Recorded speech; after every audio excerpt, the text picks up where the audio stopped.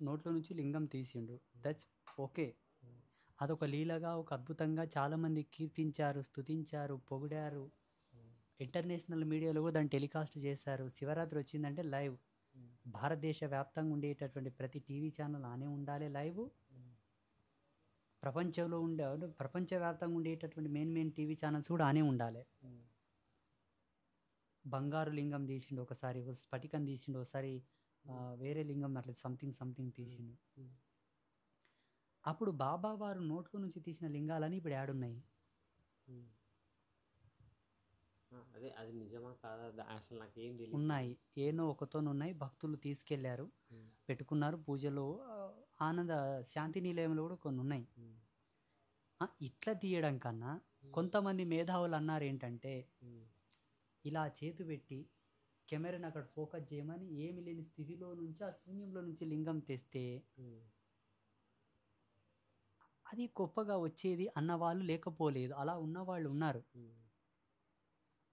నువ్వు ఎక్కడి నుంచో తీస్తున్నావన్నప్పుడు అది ఎక్కడనో మొదలే ఉండి తీసావన్నడంలో అనర్థం అపార్థం లేకపోలేదు కదా అన్నవాళ్ళు ఉన్నారు. అర్థమవుతుందా? ప్రాక్టికల్ లీలలు అంటే ఏంటో తెలుసా నాన్న?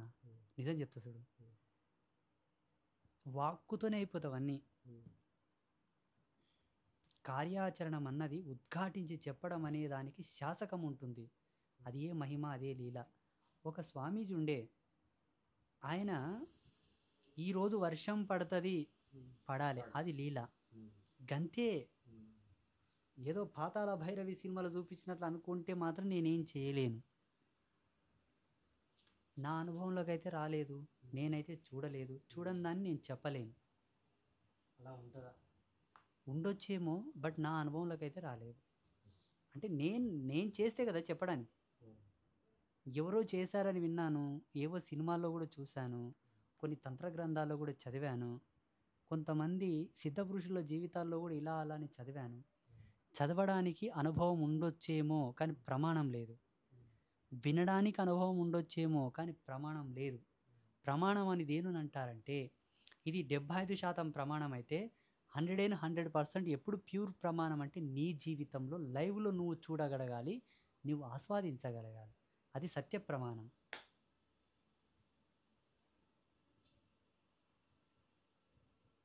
నా జీవితంలో నేను కొన్ని చూశాను. నేను అనుష్ఠానంలో దిగినప్పుడు ఒకటి అనుకున్నాను, కొన్ని చెప్పాను, కొన్ని అన్నాను. అన్న వల్ల అమ్మవారు నడిపించింది, అగుపింపజేసింది, చూపిస్తుంది. ఆ నమ్మిన సత్యానికి సజీవ సాక్ష్యాలే నాతో పాటు ఉన్న మా పిల్లలు 14 సంవత్సరాల నుంచి. వాళ్ళు ఎన్నడేం కోరలేదు నన్ను ఇట్లా. మా గురువుగారు లీలలు చూపిస్తాడు, మహిమలు చూపిస్తాడు, ఒక్కటి చెప్పమని చూస్తా వాళ్ళని. అవసరం లేదు. గురువే ఒక లీల, గురువే ఒక మహిమ, గురువే ఒక అభయం, గురువే ఒక వరదం. ఇక ప్రత్యేకంగా నువ్వేం కోరటమే నాకు అర్థం కాదు. అంటే ఈ విషయాన్ని ఒక సందర్భంలో మేము మా పాతింట్లో ఆడ అమ్మవారిని ఇంట్లో పెట్టుకొని అనుష్ఠానం చేసేటప్పుడు, శివరాత్రి రోజే జాగరణప్పుడు ఇట్లే కూర్చున్నప్పుడు 10 మందిమి, అప్పుడు చెప్పిన మాట, చూడు భవిష్యత్తులో ఇలా జరిగే సందర్భం వచ్చినప్పుడు ఏది మీరు ఆశించకుండా ఉంటే తప్ప నాలో మీరు ఐక్యం కారని చెప్పాను. వాళ్ళు అదే పట్టుకొని నమ్మి గుడ్డిగా పోతురు మోటుగా. చూసినావు ఎప్పుడైనా జపంతా పని చేసి రాడ కూర్చొని గుళ్ళే? నవరాత్రులు వస్తేనేమో పండ్ల మీనే వాడు ఆ జ్యోతులు చేయనికి కొందరు, ఇక్కడ కొందరు, అక్కడ కొందరు. అంటే కర్మాచరణం, కర్మలు ఉన్నాయి, ఏదో చేస్తేనే ఆ కర్మ పోతుంది. కర్మకు కర్మనే సమాప్తి అని చెప్పి కర్మలు తుడుస్తున్నారు తప్ప, కర్మ పోతే ఇచ్చేవాడు ఉన్నాడు, ఆయనే ఇస్తాడనే నమ్మకం. నాకేమో కింది జన్మల్లో కర్మ అంతా గడుక్కొచ్చిన, ఇప్పుడు ఇతరుల కర్మలు తీయనికి వచ్చిందేమో, నేను ఒకలాకైనా. అట్లా ఇతరుల కర్మ తీయడం వల్ల మనకు కర్మ ఏర్పడదు. చూడు, అందరి దాహాన్ని సాగరం తీర్చగలదు, కానీ జలం తగ్గదు. సాగరంలో జలము తాగుటకు యోగ్యమైనయా కాదో చూసుకోవాలి గంతే. అనంత సాగరంలో చెంబెడు నీళ్లు తీస్తే దానికి ఏమైనా తగ్గుతాయా? అంతే. ఒక విశాలమైనటువంటి దేహము కలిగిన ఏనుగు మీద మల్లెపువ్వు పడితే దానికి ఏమైనా ఇబ్బందా? గురువు అంటే గంతే. ఆయనకి ఏ కర్మలు అంటావు, ఆయన దేనిని తీసుకోడు, కానీ అన్నిటినీ తీసేస్తుంటాడు. ఎవరికి అర్థం కాడు. నీకు అర్థం కాకుండా నీకు సమాధానం పంపి ఉంటాడు. నీకు అర్థం కాని పద్ధతిలో నిన్ను ఉద్ధరించి ఉంటాడు. నీకు అర్థమైతే దాని గురువు ఎందుకు అవుతాడు? మళ్ళీ అది కూడా అర్థం చేసుకో. నీ లంజ నీకు అర్థమవుతుందండి. నీ కొడుకు నీకు అర్థమవుతాడు. నీ పెండ్లం నీకు అర్థమవుతుంది. నీ అన్నదమ్ములు నీకు అర్థమవుతారు. నీ ఇంట్లో పెంచుకున్న కుక్క నీకు అర్థమవుతుంది. దాని అలవాట్లు, దాని బిహేవియర్. నువ్వు కనిపెట్టిన కంప్యూటర్ నీకు అర్థమవుతుంది. నువ్వు కనిపెట్టిన ఫోన్ నీకు అర్థమవుతుంది. నీ ఫ్యాన్ నీకు అన్నీ నీకు అర్థమవుతాయి. ఈయన కూడా నీకు అర్థమైతే వాళ్ళతో పాటు ఈయన కూడా సమానం కదా. ఈయన అర్థం కాడు. అందుకే ఈయన గొప్పోడు. ఎవరు? గురువు. అర్థమైందా? కాలేదా? దేవుడు అర్థమవుతాడు, గురువు అర్థం కాడు. నిజంగాడు. ఒక స్వామీజీని కొంతమంది అవమానపరిచి తిడుతున్నారు. ఒక ఆయన కొట్టడానికి చేతి కూడా ఎత్తాడు, ఆయన చేయి పడిపోయింది లేండి. శిష్యుల ముందు తను తగ్గడానికి, తన దృష్టిని శిష్యులలో ఉండే తన దృష్టి మరల్చడానికి కావాలని ఆయననే క్రియేట్ చేసుకున్నాడు ఆ జగడం. వీళ్ళు కొంత ఆయన మీద పెద్దగా ఎక్స్పెక్టేషన్ పెట్టుకుని ఉన్నారు. ఎట్లన్నా ఇలా మైండ్లో నేను తగ్గాలని ఒక తంత్రం రచించి ఊకుకనే మన్ను మంతరించి సల్లి వాళ్ళకి తిక్కలేసినట్లు చేసి వాళ్ళు వచ్చి వీళ్ళతో జగడం పెట్టుకుని మా గురువు గారు అని చెప్పి ఈయనే డౌన్ఫాల్ అయ్యింది చూడు వాళ్ళ ముందల. ఇది లైవ్లో జరిగింది తెలుసా. అట్లుంటాయి గురువు లీలలు, గురు చమత్కారములు, గురు మహిమలు. ఇక పురాణాల్లో గతంలో కొంతమంది గురువులు అద్వితీయమైన లీలలు చూపారు, మహిమలు చూపారు. అతి క్షుణ్ణమైనటువంటి ఖండయోగ సాధనలో నిష్ణాతులైనటువంటి సిద్ధ పురుషులను కూడా చాలామందిని వర్ణించాయి మన హిందూ గ్రంథాలు. ప్రస్తుత కాలంలో అది ఉండినా వద్దు, ఉండకూడదు అని నేను అనుకుంటాను. కాలం మారింది. అప్పట్లో కంప్యూటర్లు, ఫోన్లు, స్మార్ట్ ఫోన్లు ఉంటే ఎట్లుండేనేమో కానీ లేకపోయినందుకే బతికారు అందరు. వాళ్ళ లీలలు కూడా బాగా పనికొచ్చినాయి ఇప్పుడు చెప్పుకోవడానికి. ఉంటే పప్పులు ఉడవకుంటే సాధన ద్వారా కర్మ తీరుతాయి, అన్నీ తీరుతాయి. తిమ్రం తీట కూడా వల్ల తీరుతాయి అని అన్నారు. తిమ్రం తీట కూడా తీరుతుంది సాధన నుంచి. అవు అంతర్గత స్ఖలనం, అది బహిరంగ స్ఖలనం కాదు. అది నవ్వుతావేంటి? అతను నవ్వుతున్నాడు పక్కులని అతని. తిమ్రం తీట అంటే ఏం చెప్పండి? సెక్సువల్ కంజ్యూమ్మెంట్ కాదండి అది. తీట అంటే ఏందనుకున్నావు? ఒక యాక్షన్. శరీరాన్ని ఆత్మను రమింపజేసే క్రియ. తీట అంటే మరి ఇంకోలాగా అనుకున్నారు, యాస. సంభోగ క్రియ వేరు, లైంగిక చర్య వేరు. తీట అంటే అది కాదు. ఆకలి అంటే అర్థం ఏంటి? కడుపుకి ఏదో నింపాలనే. ఏం నింపుతావు? విభిన్నమైన పదార్థాలు నింపవచ్చు. అన్నం ఒకటే కాదుగా, బువ్వ ఒకటే కాదుగా, ఏది నింపినా ఆకలి తీరుతుంది. అవునా? అట్లా తీట అనే పదానికి వేరే కూడా చాలా ఉన్నాయి. అనేకములతోటి తీటను వర్ణించవచ్చు. Not only sex. నవ్వేవు మళ్ళా. తిమ్రం అంటే అదేది? దూల. తిమ్రం అంటే దూల తీరింది అంటలేరా? తిమ్రం అంటే గదే.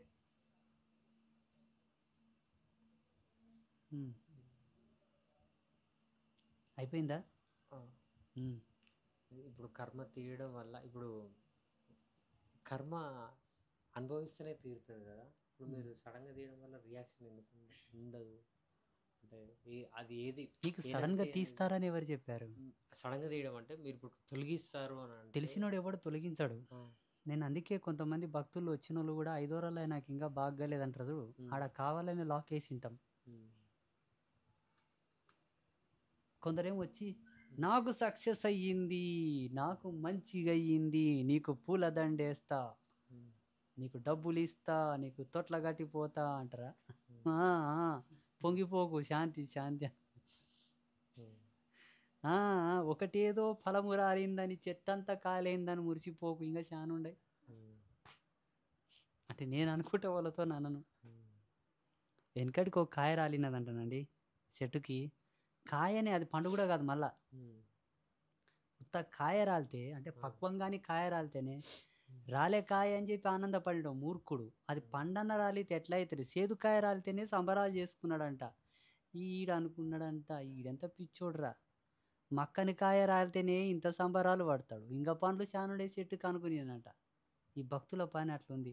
ఒక పని అంటే లైక్ గురుదేవా నాకు పనులు అయిపోయినాయి అంటారు ఒక ప్రాజెక్ట్కి.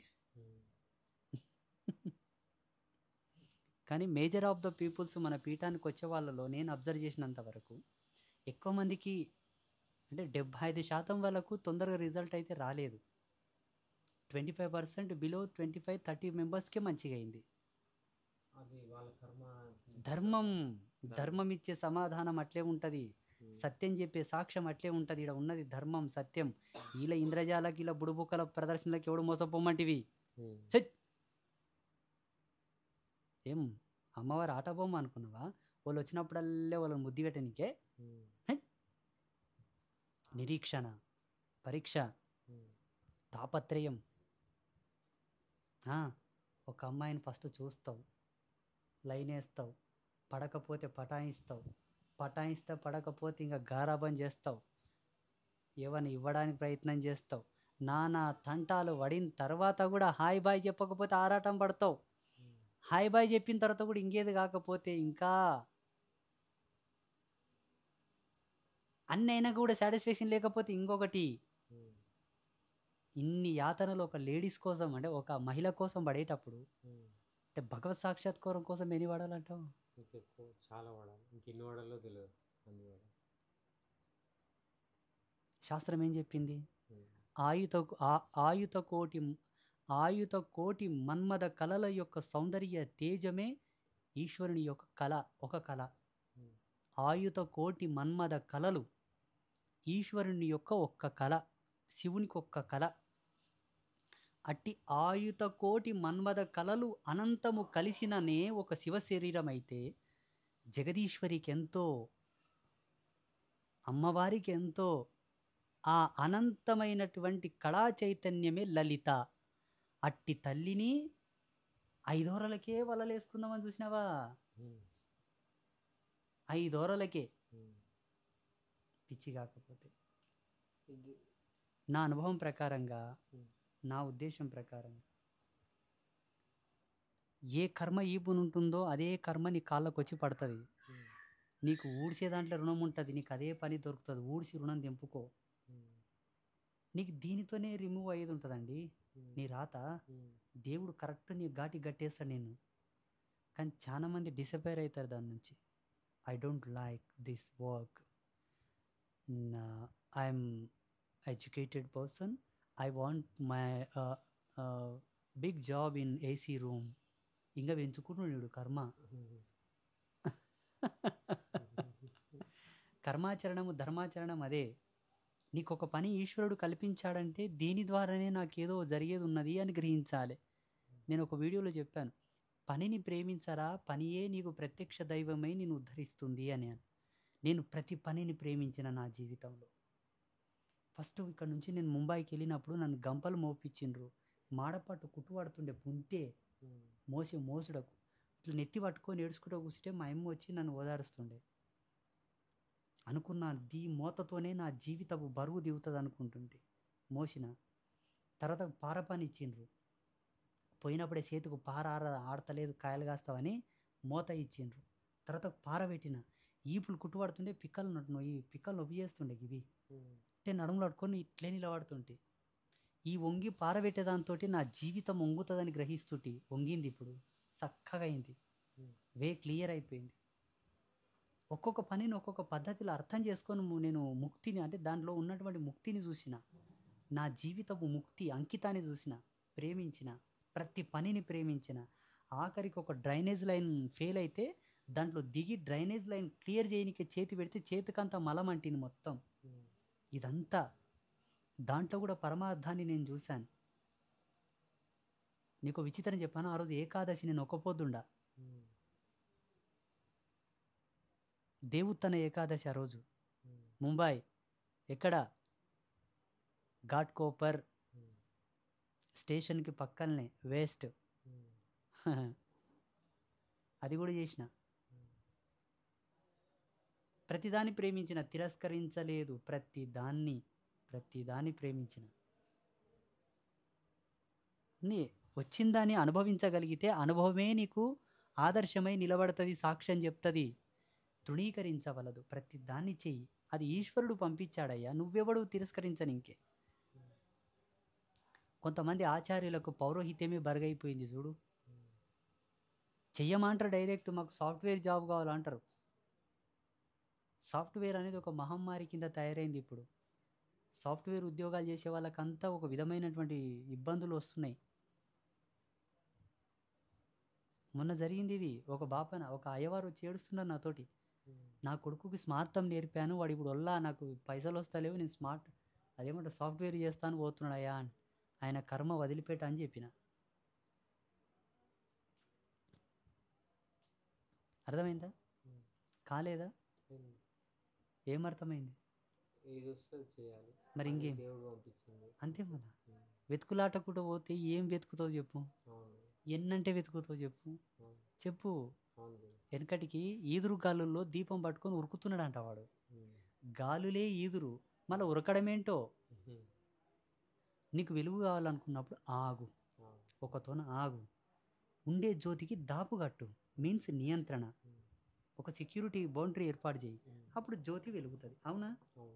నీ జీవితం ఒక జ్యోతి, ఏనో ఒక తోన పెట్టుకో, దానికి ఒకటి పెట్టుకో సెక్యూరిటీ. అది నేను నేర్చుకున్న మొదటి గుణపాఠం నా జీవితంలో. నేను పనిని ప్రేమించిన, నా పనే నాకు ఇప్పుడు లైఫ్ టైం అచీవ్మెంట్ ఇచ్చింది ఇన్ స్పిరిచువాలిటీ. వెళ్ళు, నువ్వు చేసేవాడవు కాదు చేయించేవాడవు అని చెప్పింది, పంపింది. ఇప్పుడు నెల అంబాత్రయ క్షేత్రంలో 17 మెంబర్స్ పనిచేస్తున్నారు. 17 మంది ఫిక్స్ మేనేజ్మెంట్ డైరెక్షన్లో, మన పీఠంలో, మన ట్రస్ట్లో. చూడండి, అర్థమైందా? శుభం. గురుత్వాన్ని పొందుట ధర్మమే, అర్థమైతే తప్ప దొరకదు గురుత్వం. నేను ఎప్పుడు అర్థం చేసుకున్నా?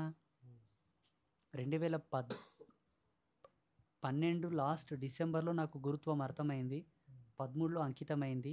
ఇంకా స్టార్ట్ అయింది నా అన్వేషణ. ఎవరో ఒకరు వచ్చారు, స్వామీజీ అన్నారు. నాకు అర్థం కాలే ఎందుకు నన్ను స్వామి అంటున్నారని.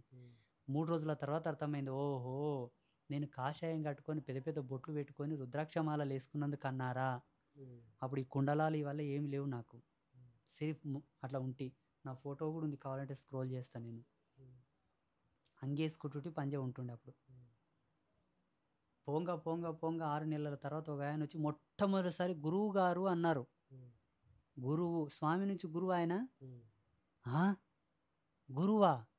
నేనా? దేంట్లో గురుత్వాన్ని పొందితే నేను దేన్ని గురువు అయితే అని. మళ్ళీ ఇది ఒకటి పడేనా. అప్పుడు అర్థమైంది, అప్పటికి నా యొక్క నవాక్షర మంత్రము 9 లక్షలు అయిందని. కౌంట్ పెట్టలేను. తర్వాతకి నాకు రియలైజ్ అయింది, 9 లక్షల జపసంఖ్య తర్వాత ఈశ్వరుడే ఒక వాక్కుగా నాకు విప్పించాడు. మళ్ళీ నన్ను గురువు గుర్తించేది ఎవడు, నాకు పట్టాభిషేకం చేసేది ఎవడు? మా గురువు ఏమో అక్కడ. అర్థమవుతుందా? దిక్కులేను దేవుడే దిక్కు అన్నట్లయింది నా పరిస్థితి. ఇంకా అక్కడ నుంచి ఒకటి అచంచలముగా అట్లా పెరుగుతూ అది సత్యప్రయాణం, ధర్మ మార్గం, మోక్షగమ్యం. మన యూట్యూబ్ కింద అది ఉంది కదండి, ఏమంటారు దాన్ని? డిస్క్రిప్షన్ లెటర్స్ కదా, అదే ఉందా? అది వచ్చినావు, బాగా వచ్చినావు, అసలైన స్థలానికి వచ్చినావు, రావాల్సిన చోటికే వచ్చావు. నా శిష్యుడు నువ్వు ఎప్పుడైతావంటే full clarity, not enough space. పిచ్చి ప్రయత్నాలు చేస్తా అంటే నేను ఒప్పుకొని జాడిస్తా. అయిపోయింది, ఆఫ్ చేయి ఇంకా.